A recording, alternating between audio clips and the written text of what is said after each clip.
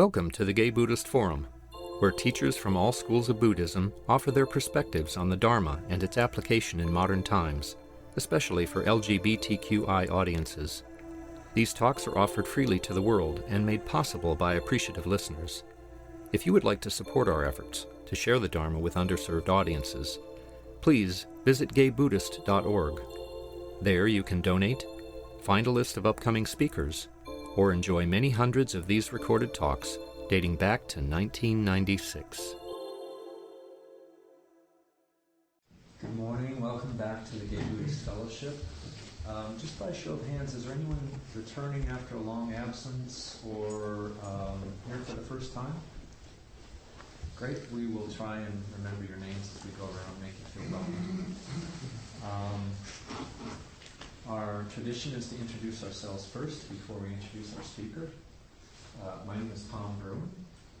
My name is Oswaldo. I'm George. My name is Mark. I'm Peter. I'm David. My name is Toshmar. Larry. Gary. Ralph. Gerald. My name is Jerry. My name is Roy. My name is Prasada Chitta. I'm Jerry. My name is Jeff. Augusta Hopkins. My name is Peter. I'm Kay. My name's Evan. My name is Michael. Liz. Dan. Gray. My name is Jeff. I'm Wally. Harry. Ori. Baruch. Jay. Patrick. Adam. Arthur. Joe. Nathan. My name is Tage. My name is Cass. I'm Hal. I'm Michael. Jim. Wonderful.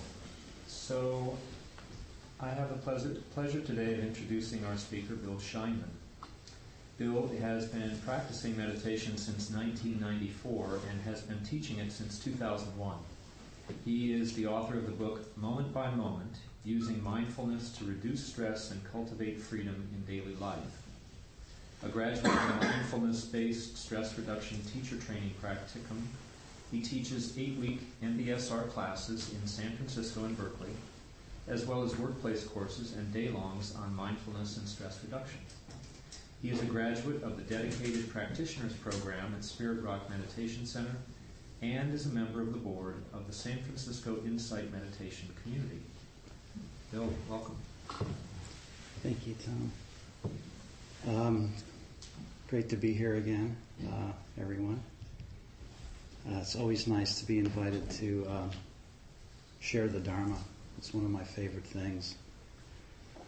And tonight I'm going to give a talk, which is kind of a traditional Buddhist talk. And but I want to preface the talk by saying that this path that we're on, the Dharma, this isn't really a kind of typical career for most people, career option or choice for the wider culture. There's a reason that we come to the Dharma. It's usually not accidental. And we all have a story for why or how we came to the Dharma. Of course, it's possible that maybe you just were interested in meditation, or a friend brought you to a meditation and you decided to check it out. That's certainly true. But for a lot of us, I think we came to the Dharma because there's some story that happened in our lives, some experience of crisis, or an experience of an illness or a loss, an experience really of suffering that brought us to the Dharma, that got us into the Dharma, that made us find this path that we're on. And I know in my life, my own life, the thing that got me into the Dharma was romantic heartbreak. And I had actually, it wasn't one romantic heartbreak, it was a romantic heartbreak that was the culmination of a series of about 15 or 16 of them over, I don't know, a 20-year period or something. And in the whole, the whole course of my life, when I was going through a lot of these heartbreaks, I finally kind of got into the idea that there were some things I needed to do to learn about myself so that I wouldn't have all these heartbreaks again and again and again. And actually, for most of my life, I've been a writer, a fiction writer. I write, short stories and novels, and I've been involved in the arts. And for really most of my early life, in my 20s, early 30s, I thought that art was the thing that could transform me. That's the thing that was like my personal growth, was art. And but then after this 16th heartbreak, actually before the 16th heartbreak, somewhere around heartbreak number 8, I realized I needed something more, and so I started therapy. And worked with a therapist for a number of years, about 7 years, and learned a lot about myself and a lot about my what happened in my childhood, my relationship with my mother, my father. A lot of good work. I did a lot of good work on myself. And really our therapy got to a point where there was really nowhere else to go, and I had really learned as much as I could within that paradigm. And then I had my 16th heartbreak. And I was really stunned. I couldn't believe it. It was actually the most devastating of all the heartbreaks, because I felt like I had learned so much about myself that there was no way that I was going to have that kind of a heartbreak again. And I ended up having even a worse one. And this was somewhere around the winter of 1993.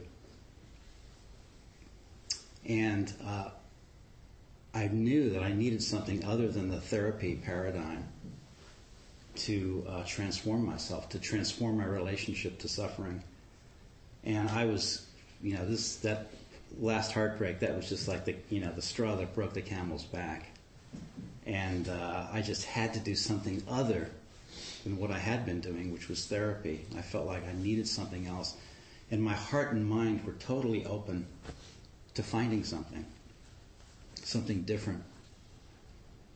And somewhere around the the end of 1994, I read a book by Alan Watts called Psychotherapy East and West.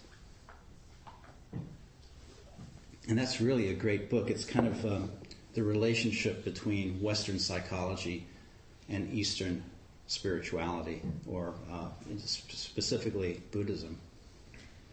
And it was just what I needed to read, because I had just basically completed my therapy. And I was looking for something else, and it seemed like, wow, I can't believe this. This is so interesting. Buddhism, wow. So in the spring of 1994, I took my first meditation class, actually in this building, believe it or not, upstairs. And I've been a meditator ever since. And but that's kind of how I came to the Dharma. It was just having too many heartbreaks, and to the point where it was like I couldn't go on the way I had been going on. So a lot of us have stories like this, stories of experiencing suffering to the point where we finally decided to seek freedom. And so this morning, I'd like to talk about something called the 4 divine messengers, or the 4 heavenly messengers, also known as the 4 sights. And this is basically the Buddha's story of how he found the Dharma. So just reflect on this for a moment. So the Buddha wasn't always the Buddha. And he had to find the Dharma just like we found the Dharma. He was an ordinary human being. When we think the Buddha, this is what we see. It's a beautiful, beautiful statue of the Buddha. But we forget so often that the Buddha was this: flesh and blood and bones. Just another human being.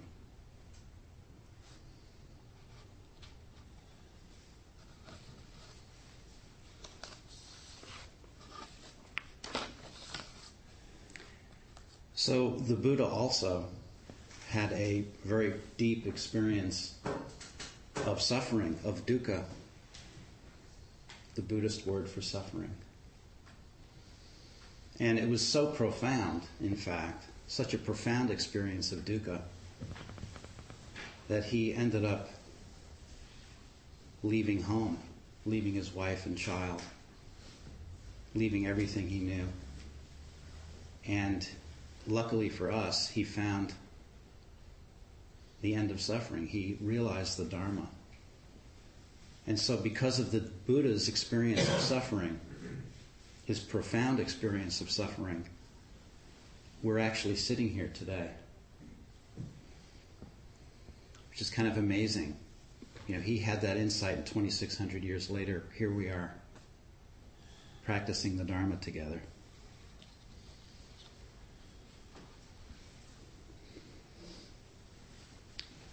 But the Buddha, as I said, was not always the Buddha.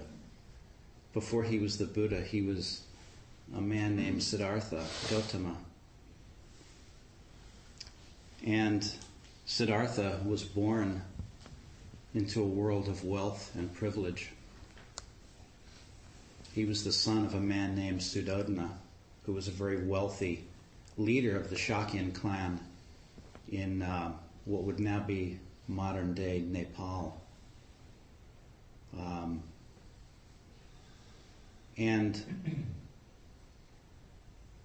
when the Siddhartha was born, it's said, this is a traditional story, that when Siddhartha was born, it said that there was a prophecy made that he would either be a great man of, a great leader, a man of the world, a man of earthly power, or he would be a great spiritual teacher. Now, Suddhodana, his plan for his son was that he would take over the family business, as it were. And he was very happy to have an heir to take over his affairs. But it terrified him that his son might become a spiritual teacher. And so Suddhodana decided that no matter what, he would prevent his son Siddhartha from learning about anything outside of the world, outside of the estate where he lived, that would possibly throw him off or make him want to turn toward the spiritual path.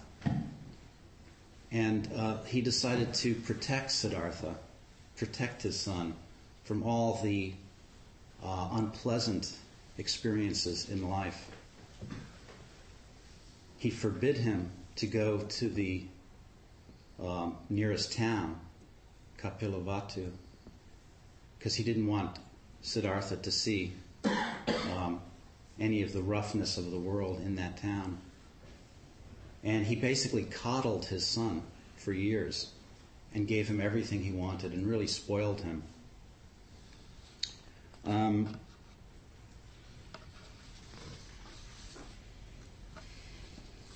So years later, the Buddha himself described how he was raised by his father in kind of this environment that he was living in.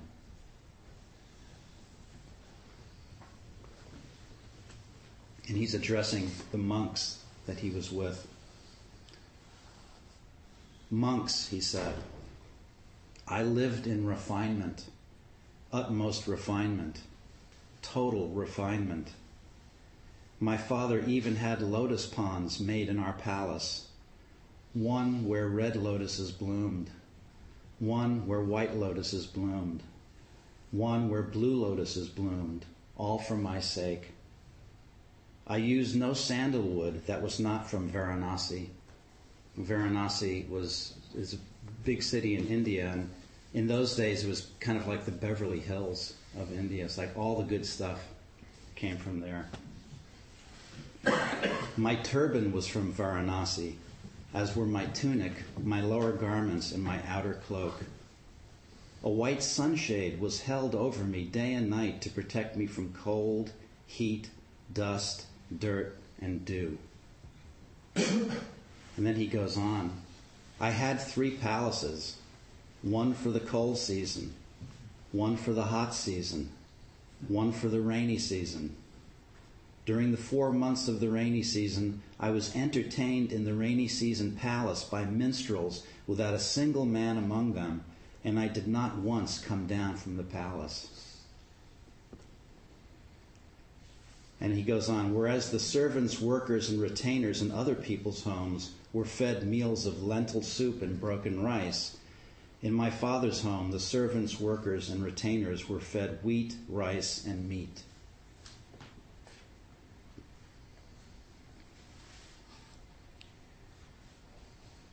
So,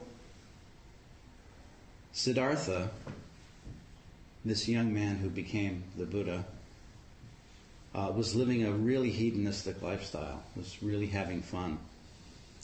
And, but of course, all of his pleasure, all of his ecstasy, all of the protection that his father had contrived, it was a house of cards that was just waiting for something to tip it over.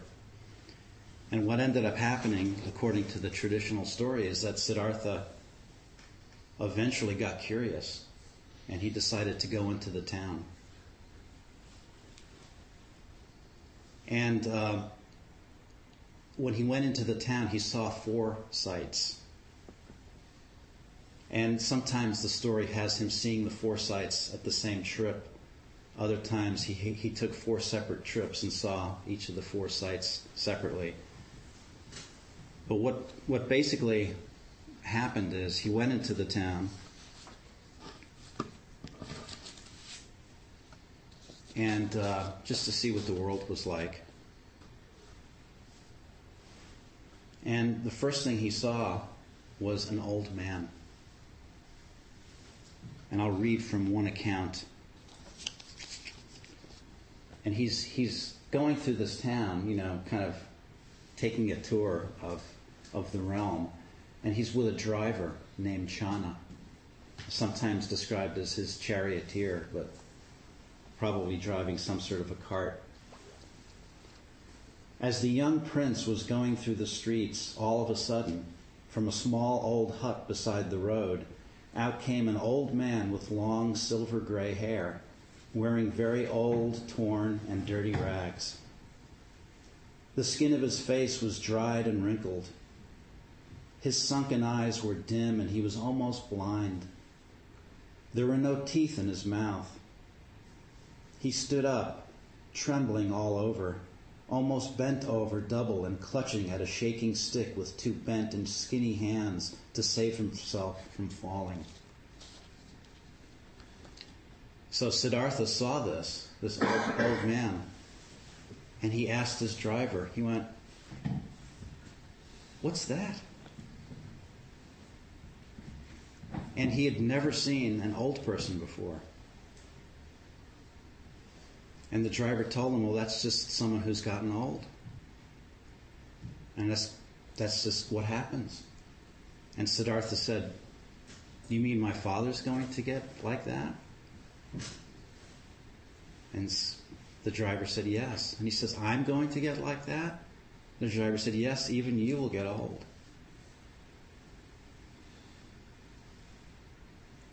And subsequently, they continued on, and subsequently, Siddhartha saw a sick man, a man who obviously had some sort of illness. And he had the same dialogue with his driver. The driver said, well, this is sickness. Sickness happens. And Siddhartha says, you mean I'm going to get sick? And the driver said, yes. It's a normal part of life.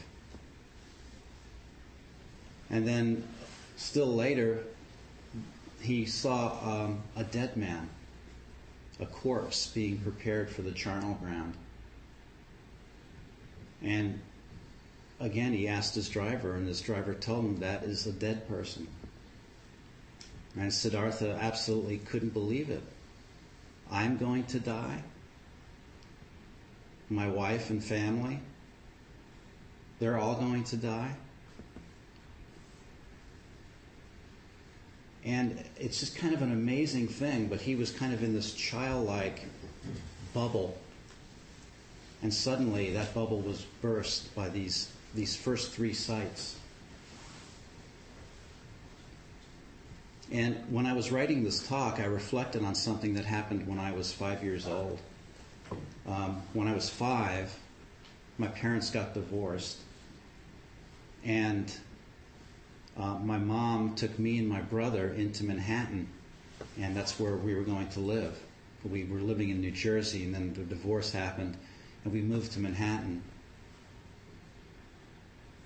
And we stayed at this really crummy hotel called the Ruxton Hotel. I still remember the name for some reason, the Ruxton Hotel. Really crummy hotel on 72nd Street on the west side. And I remember very vividly one day we were walking into the entrance of the hotel when I saw a man who was missing a leg. And there was just a stump. And he was on a cane. And he was walking through the hotel entrance. And I was totally stunned when this experience happened. It was like suddenly I couldn't believe that I was living in a world where there were people who didn't have legs, that was a possibility. And I was 5. I had also been protected in the same way. Of course, when you're 5, you tend to get protected from a lot of things. But when I think about this story of the Buddha, I think that it was a similar thing that happened to him, but he had been protected for a lot longer.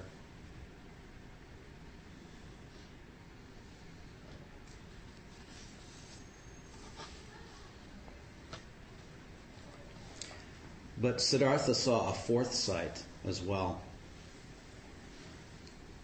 And the fourth sight was the sight of a wandering ascetic, someone in robes with a begging bowl, who had gone forth into the homeless life to look for the answer to all the great dilemmas of human existence: birth and death, suffering. And so the fourth sight to Siddhartha was represented the possibility that you could actually leave home and discover the answer. That there was a path you could take that could lead to the truth.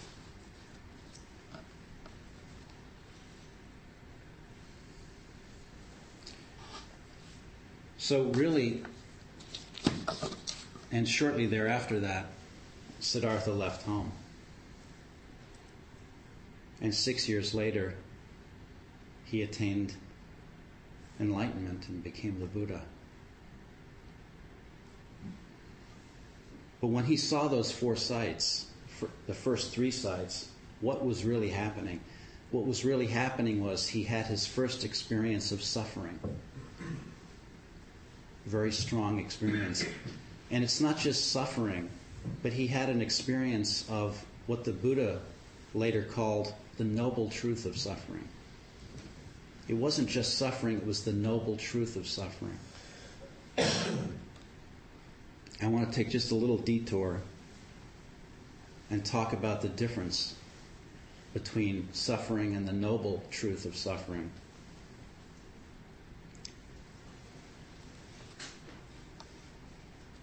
So there's two types of suffering. The first type of suffering is the type of suffering that we all know.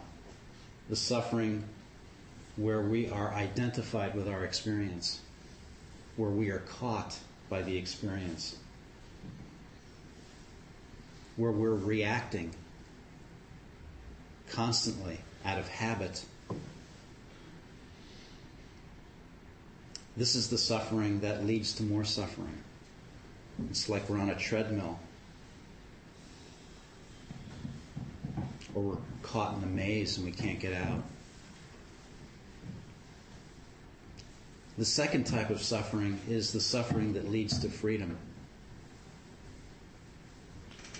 This is the suffering that includes awareness. So when we're aware that we're suffering, there's already something in our experience which is not suffering. The awareness of suffering itself is pointing to something that isn't caught, and it's pointing to the possibility of a way out, which is the inspiration for entering the path. So this is the suffering that leads to freedom, and this is it's often said that suffering gives rise to faith, and this is the sense of that this kind of suffering, conscious suffering, awareness of suffering, is actually something that can help us transform our experience of life. And this is why it's the noble truth of suffering. And so when the Buddha had this experience, that's what the kind of suffering he was experiencing. It was the noble truth of suffering, the first noble truth. So this archetypal story of the Buddha seeing these four sights resonates for us today in our lives. And really, I think of this as the four sights represented the beginning of the Buddha's, Siddhartha's spiritual maturity. And I think that's really what the goal of a Dharma practice is. I mean, there's all sorts of things you can say. It's to become enlightened. It's to become wiser, more compassionate. But really, the goal of the Dharma is to help us become completely mature human beings.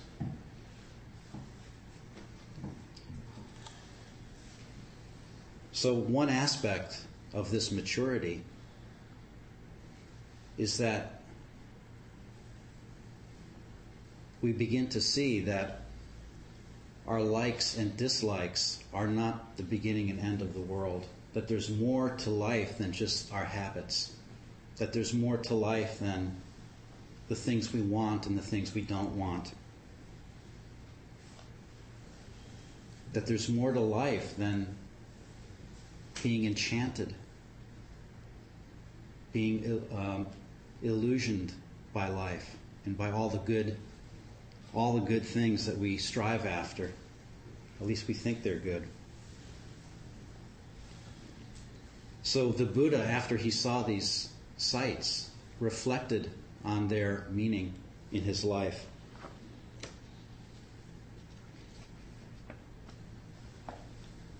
And this is what came out of his reflection.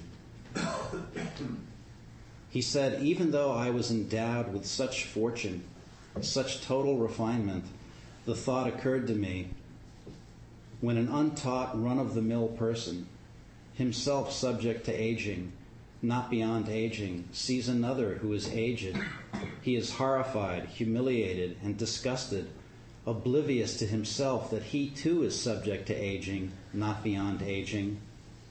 If I, who am subject to aging, not beyond aging, were to be horrified, humiliated, and disgusted on seeing another person who is aged, that would not be fitting for me. As I noticed this, the typical young person's intoxication with youth entirely dropped away." And then he goes on to reflect on illness, and he says the typical healthy person's intoxication with health dropped away, and the typical, the living person's intoxication with life dropped away. So this is an important passage, and it's a good example of what I mean by spiritual maturity, because the Buddha isn't saying his enjoyment of health or life dropped away. He's saying his intoxication with health and life and youth dropped away. The intoxication is basically the sense that we own our health, our youth, and our life. That these things won't change. This is ours. That's what dropped away.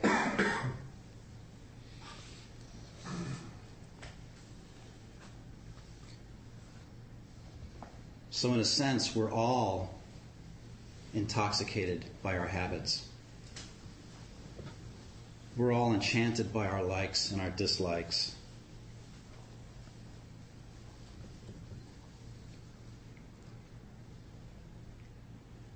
There's someone I know who's a really nice guy,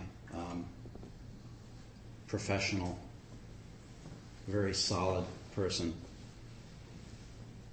who the other night, about 2 weeks ago, I think played 7 or 8 hours of a video game straight. So I don't know, some sort of zombie apocalypse video. And this stuff can be a lot of fun, but we get so plugged in that we actually kind of forget the urgency of that's really in life.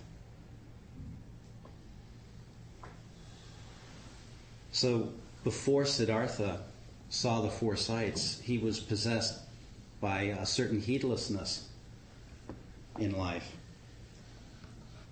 And the word in Pali is pamada, heedlessness. But after he saw the four sights, he became possessed by another word called samvega. And this, in Pali, this means, it's basically a sense of spiritual urgency. So his samvega, when he saw the four sights, Siddhartha's sense of spiritual urgency became very intense. And, he ended up leaving his family because of it, because it was so intense. So, I have a confession to make. I am not a spiritual genius the way the Buddha was. I'm not going to speak for anyone else here. I'm just for myself. I am not a spiritual genius. The Buddha needed to see the four sights just once. Just once, and that put him on the path. And 6 years later, he attained enlightenment. And we're sitting here today because of that. Most of us are not so lucky. We have to be reminded of the four sights over and over and over again. Our world doesn't encourage spiritual urgency. So we need to keep recognizing the urgency in our lives. We need to keep recognizing the divine messengers in our lives over and over again, in whatever form they take, and really use them, because they're going to keep arising all the time, but use them as a way of contemplating the Dharma. And when we contemplate the Dharma, we don't have to go far. When the Buddha talked about mindfulness, he always talked about contemplating both internally and externally. So the Dharma, we are an expression of the Dharma. Things arise and pass away right here in this body and in our hearts and minds. So really the divine messenger is anything that arouses your samvega, your spiritual urgency. Anything that reminds you of the basic facts of human existence, the fact that things are impermanent, that they are unsatisfying in any lasting way, and that there's a selflessness to life, which is also true. So what's your spiritual messenger in your life? It could be anything. There's a king, King Makadeva, renounced his throne and gave up all his possessions at the first appearance of a gray hair. So that became his spiritual messenger, his divine messenger. So at different times in our lives, we'll have different divine messengers. And right now for me, my divine messenger is my mother. She has been, over the last year, in a very steady state of decline. And there's been dementia, pretty strong dementia, and she's in a lot of denial about that, which has been very hard to work with her. And then a few months ago, she broke her spine because of osteoporosis, or just she has brittle bones. And so that's kind of healed, and she's still able to walk. But the point is, things are shutting down with her. And every time I talk to her, I don't know what mom is going to be on the other line. So in the Buddha's teaching of the five aggregates, human experience consists of these five areas: form and feeling tone and perception and consciousness and mental formations, thoughts. That's it. That's what human beings are in terms of their experience. And in terms of my mom, I'm seeing these aggregates begin to fall apart. Her body is falling apart. And I'm seeing the result of very difficult feeling tone that she's experiencing. She's reacting to it. Her mind is falling apart. It's just like kind of unraveling. Her perceptions are all different than they've been. So I'm contemplating impermanence externally by trying to be a good son. And it's very difficult for me right now because I'm 3,000 miles away. She's in New York City. So, unlike the Buddha, most of us lose the path again and again and again. We lose the urgency. What was it? The fierce urgency of now, President Obama said. Well, that's definitely true about the path. So for us,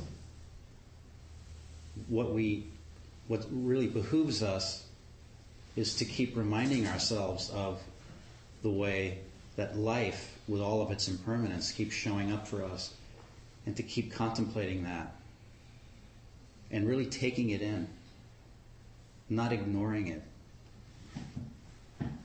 Not ignoring it when we lose something or our body has a problem or gets ill. Really using the way life shows up normally just as a way of contemplating change, impermanence. And hopefully that will give us, that'll arouse the urgency to keep practicing.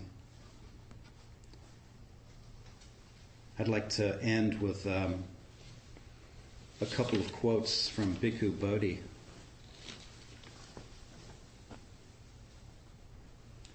He says, if the Dhamma is to be more than the bland, humdrum background of a comfortable life, if it is to become the inspiring, sometimes grating voice that steers us on to the great path of awakening, We ourselves must emulate the Bodhisattva in his process of maturation. We must join him on that journey outside the palace walls.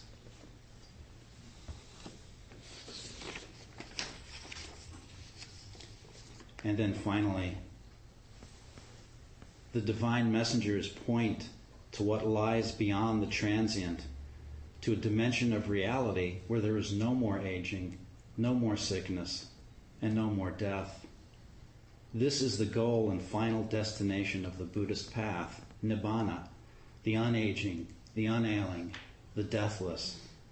It is to direct us there that the divine messengers have appeared in our midst, and the good news of deliverance is their message. So that's all I've got on this subject today, but I'm certainly glad to answer any questions if we have time. So, thank you. 5 minutes or so.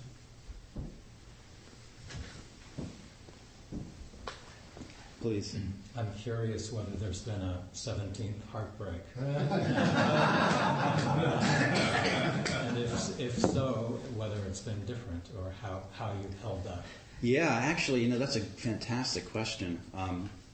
There was a 17th heartbreak, and I did something different during that heartbreak. It's kind of my habit, having heartbreaks, is to not see the person again, or to kind of shut myself off and not stay engaged. And for my 17th heartbreak, I'd been practicing, I guess, a number of years, and I decided, you know what, I'm not going to do that. I'm not going to shut down, and I'm going to stay in touch with her.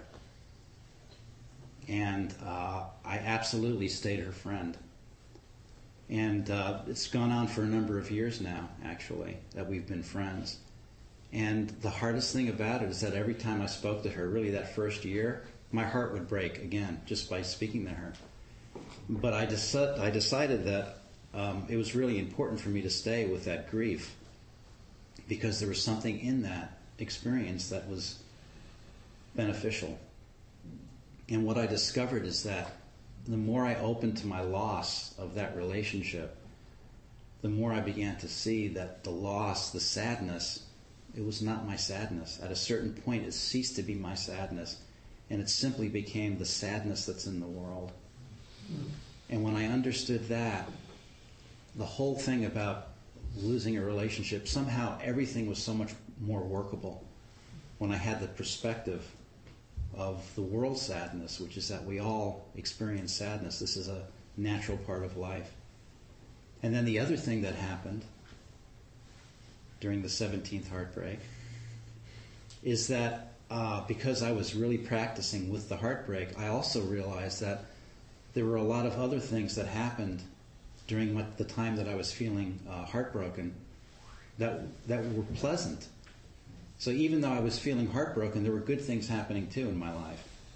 And I was in good moods at times. A lot of times when we feel heartbroken, it's like we want to stay right there. And if we're not mindful, we will stay right there. But the mindfulness gives us this wider perspective. And you can't get so caught in the experience of heartbreak or whatever else it is that's challenging you, because there's more going on in your life than just the heartbreak. So that happened for me in that 17th heartbreak. And maybe that was the most valuable heartbreak I've had, because I really worked with it. Well, thank you for asking that. Thank you. Please. Is that mindfulness, the noble truth of suffering you were talking about? Well, that's the Four Noble Truths. So mindfulness really ultimately includes the Four Noble Truths. So suffering, the cause of suffering, the end of suffering, and the way leading to the end of suffering. But the first noble truth, which is really kind of what I was talking about today in terms of the Buddha's experience, is just the understanding that suffering exists, that there is suffering in the world. And most of the time, we tend to be wired in such a way that we're always trying to fix suffering, or always trying to deny it, or put a Band-Aid on it, not see it, not experience it. But really the way to freedom, the Buddha discovered that the way to freedom was to actually move into the suffering and begin to investigate it. So kind of a radical idea, actually, if you think about it. But please. When I hear the word urgency, I always think of some deadline or goal that needs to be met in the future, which is a challenge for me being mindful, because then my mind goes towards the urgency of what's forward. How do you stay mindful with spiritual urgency, the fact that you need to be spiritual? So it's a little bit the way I would describe the word effort in Buddhism. So it's often said that, just be yourself, you don't have to do anything special, but you also need to make an effort. When you're meditating, you actually have to show up and you actually have to become present and try to keep being present, and that involves a certain amount of effort. So I would say it's good to make a relaxed effort. So I would say the same thing about urgency. The urgency is just a reminder to keep practicing. It doesn't need to be over the top. And definitely don't beat yourself up about, oh my God, I just discovered I haven't been urgent the last 2 hours. Really be kind to yourself. But the urgency is just a reminder to practice.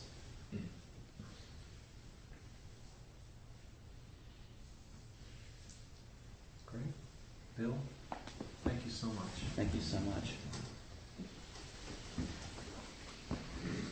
Do we have announcements?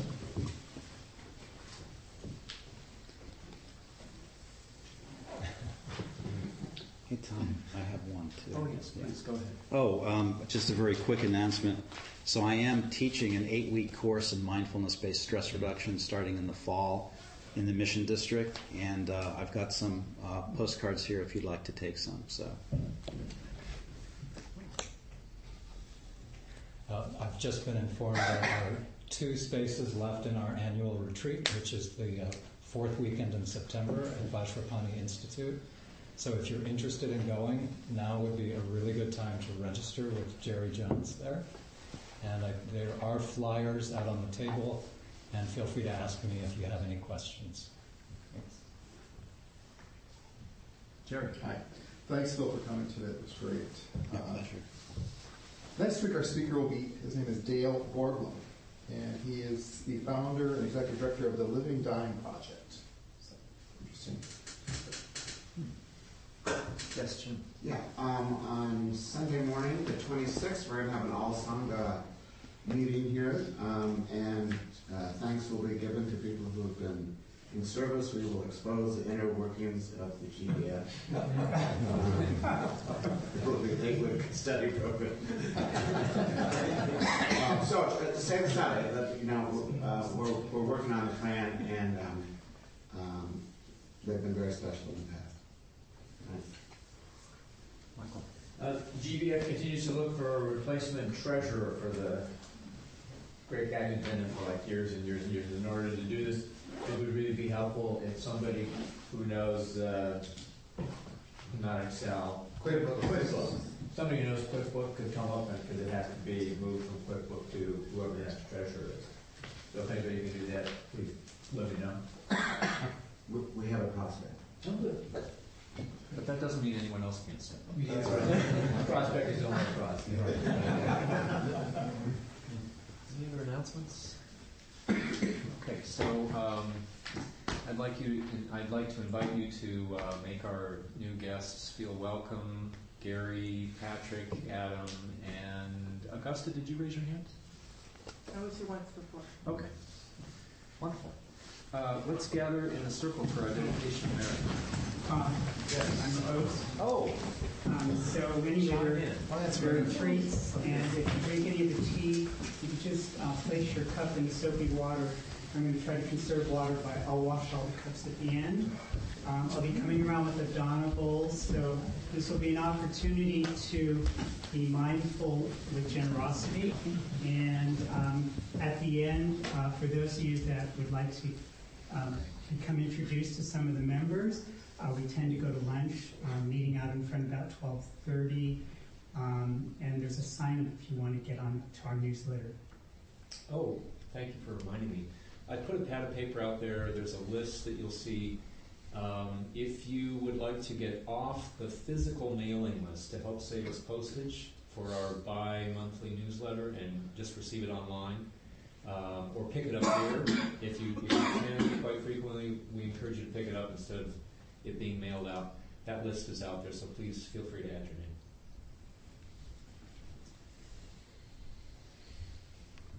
By the power and truth of this practice, may all beings have happiness and the causes of happiness. May all be free from sorrow and the causes of sorrow. May all never be separated from the sacred happiness which is without sorrow. And may all live in equanimity, without too much attachment or too much aversion, believing in the equality of all that lives.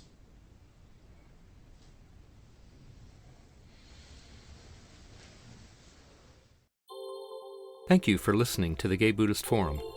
If you would like to hear several new talks per month and be notified of upcoming speakers so you can participate live, please subscribe to this podcast, like us on Facebook, and join our mailing list by visiting gaybuddhist.org.